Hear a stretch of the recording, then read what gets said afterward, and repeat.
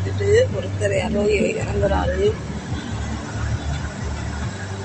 நம்ம கடையும் வந்துட்டு நான் போயிட்டு வரேன். பிடிச்சிருந்தா சப்போர்ட் பண்ணுங்க. இந்த பதிவு எப்படி இருந்து கண்டிப்பாக சொல்லுங்க. என்ன உங்க வீட்டு பிள்ளை நினைச்சு எனக்கு ஒரு ஆதரவு தாங்க, சப்போர்ட் தாங்க. சரிங்களா? தாழ்மையுடன் தயவுடன் கேட்டுக்கொள்கிறேன்.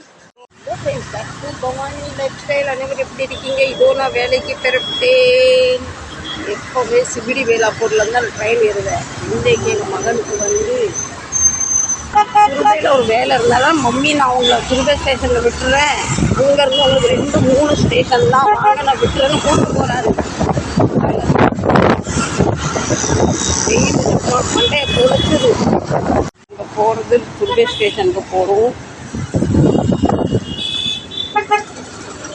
இப்போ நாங்கள் வாசியை கடந்து போய்கிட்டு துருவை ஸ்டேஷன் ஃபாலோ பண்ணி போய்கிட்டு இருக்கோம். சிக்னல் ஒரு பக்கம், டிராஃபிக் ஒரு பக்கம், வியாபாரி நடு ரோட்டில் நின்று வியாபாரி பண்ணிக்கிட்டு இருக்காரு. எப்போவுமே இந்த வாசி ஏரியாலாம் ஃப்ரெண்ட் எப்போவுமே டிராஃபிக் நிறைஞ்ச இருக்கும். சிக்னல் ஒரு நிமிஷத்துக்கு சிக்னல் இருக்கும். ஆனால் எல்லாருமே சிக்னல் ஃபாலோ பண்ணுறது நல்லது தான் நான் நினைக்கிறேன். எப்போவுமே நான் வந்து 11 ட்ரெயின் பிடிச்சா கரெக்டாக 50 டைம் ஆகணும். இன்றைக்கி நாங்கள் துருவே வந்திருக்கோம். துருவே போகிறோம். துருவே வாசி ஸ்டேஷன் போகிறோம். இப்போ கூட பரவாயில்லாமல் அவ்வளோ சிக்னலே டிராஃபிக் கிடைக்காது. ஆனால் சாயங்கால நேரத்தில் இங்கெல்லாம் வந்துமோ அவ்வளோதான். இது பண்ணும்போது எஃப்எம்சி மார்க்கெட் ரொம்ப பெரிய மார்க்கெட். இங்கே வந்தோன்னா ட்ரக்கெல்லாம் நின்று ஜாமான் இறங்கிக்கிட்டே இருக்கும். நீங்கள் மும்பையில் இருக்கவங்களுக்கு எஃப்எம்சி மார்க்கெட் கண்டிப்பாக தெரிஞ்சிருக்கும்.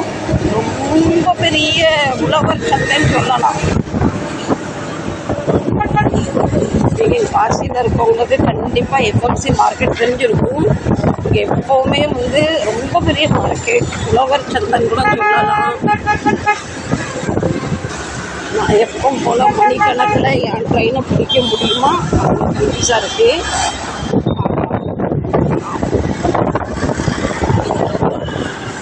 நான் எப்போ போல் என் ட்ரெயினை பிடிக்க முடியாதா தெரியல, பார்க்கலாம்.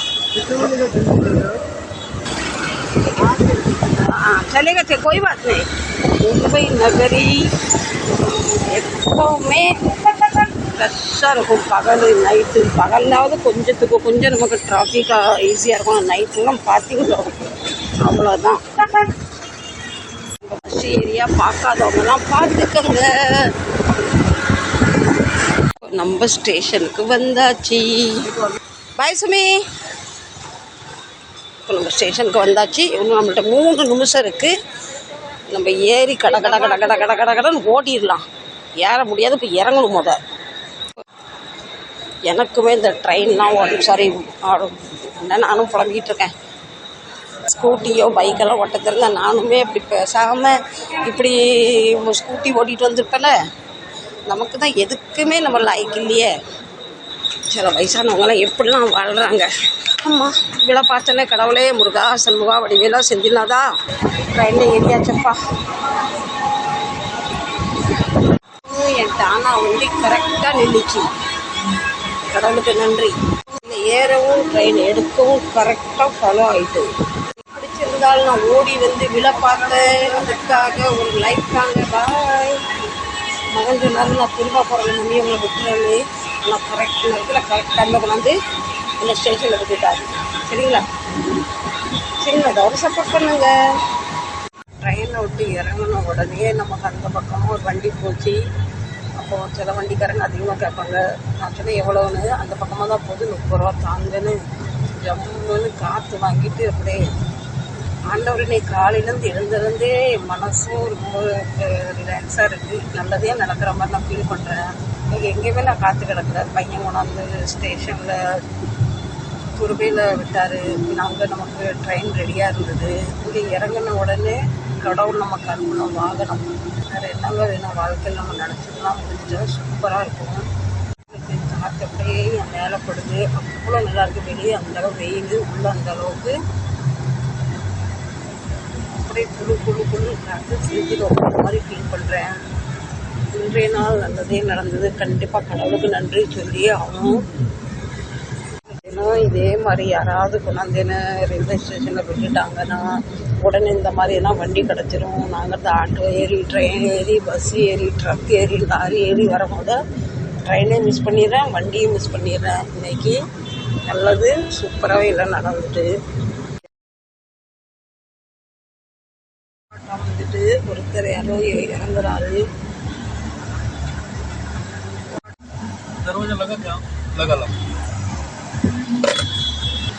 மீண்டும் பிராணத்தை தொடங்கி விடலாம். கல்யாண் பாட்டா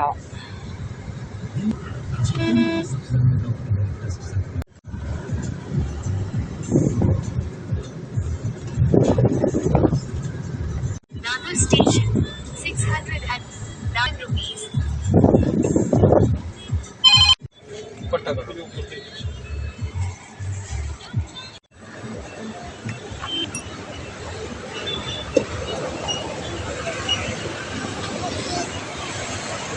சூப்பராக நம்ம வந்து இறங்கியாச்சு. நான் அப்படியே ஃப்ரிட்ஜில் வச்ச தக்காளி மாதிரி குழு குழுன்னு இறங்கிட்டேன். இப்போ இந்த வெயில் பட்டு நம்மளை மூஞ்சி எரிக்கிறதுக்குள்ளே நம்ம கடையை பார்த்து ஓடிடணும். சரிங்களா? இன்றைய நாள் சூப்பராக நடந்தது. பிள்ளை கொண்டாந்து நம்மளை ரயில்வே ஸ்டேஷனில் விட்டார். அங்கேருந்து இந்த பிள்ளை கொண்டாந்து நம்மளை காரில் விட்டார். 30 ரூபா போனாலும் இன்றைக்கி நான் அரை மணி நேரத்துக்கு முன்னையே எங்கேயுமே காற்று கிடக்காமல், ஓடாமல், நடக்காமல் ஜம்முன்னு ஏசி காற்று வாங்கிட்டு இறங்கியாச்சு. இதை பற்றி நீங்கள் என்ன நினைக்கிறீங்க சொல்லுங்கள். தினம் யாராவது இப்படி போனால் ஸ்டேஷனில் விட்டாங்கன்னா நேரத்துக்கு வந்துடலாம். ஆனால் பிள்ளைங்களுக்கு நேரமே இல்லை. இன்றைக்கி என் மகன் அந்த வழியாக வந்தால் மம்மி நான் விட்டுறேன்னு சொல்லி விட்டு போனார். இந்த பதிவு பிடிச்சிருந்தால் கண்டிப்பாக சப்போர்ட் பண்ணுங்கள். மீண்டும் ஒரு நல்ல பதிவில் செய்திருக்கிறேன். பெல் அப்யூஸ் சப்போர்ட் பண்ணுங்கள், லைக் பண்ணுங்கள். இவ்வளோ ஏசியில் உட்காந்துட்டு ஜம்முன்னு இப்போ வெயிலில் நடக்கிறது கொஞ்சம் கஷ்டமாக தான் இருக்குது. என்ன செய்ய, வாழ்க்கைனா ஏற்றுந்தாலும் இருக்கும். அதே மாதிரி ஏசி காற்றும் கிடைக்கும், இந்த மாதிரி வெயில் காற்றும் கிடைக்கும். மீண்டும் ஒரு நல்ல பதிவை சந்திக்கிறேன். Tata bye bye, love you all. இன்றைய நாள் நல்ல நாளாக அமைஞ்சதுக்கு பிரபஞ்சத்துக்கு நன்றி, கடவுளுக்கு நன்றி. இந்த பதிவை எத்தோடு முடிக்கிறேன். மீண்டும் ஒரு நல்ல பதிவை சந்திக்கிறேன். Tata bye bye, love you. எல்லோரும் சின்ன லைக் தாங்கப்பா. எனக்குப்பா நேரமே கிடையாது வீடியோலாம் எடுக்க. வீட்டு வேலை, கடை வேலை, ஓட இருந்தாலுமே டைம் எடுத்து போராட்டத்துக்கு மத்தியில் சின்ன பதிவுகள் கொடுத்துக்கிட்டு இருக்கேன். கண்டிப்பாக உங்களுக்கு பிடிக்கும்னு நினைக்கிறேன். பிடிக்குதோ பிடிக்கலையோப்பா, முழுசுமையாக பார்க்க முடியலனாலும் ஸ்கிப் பண்ணி பாருங்கள். சரிங்களா?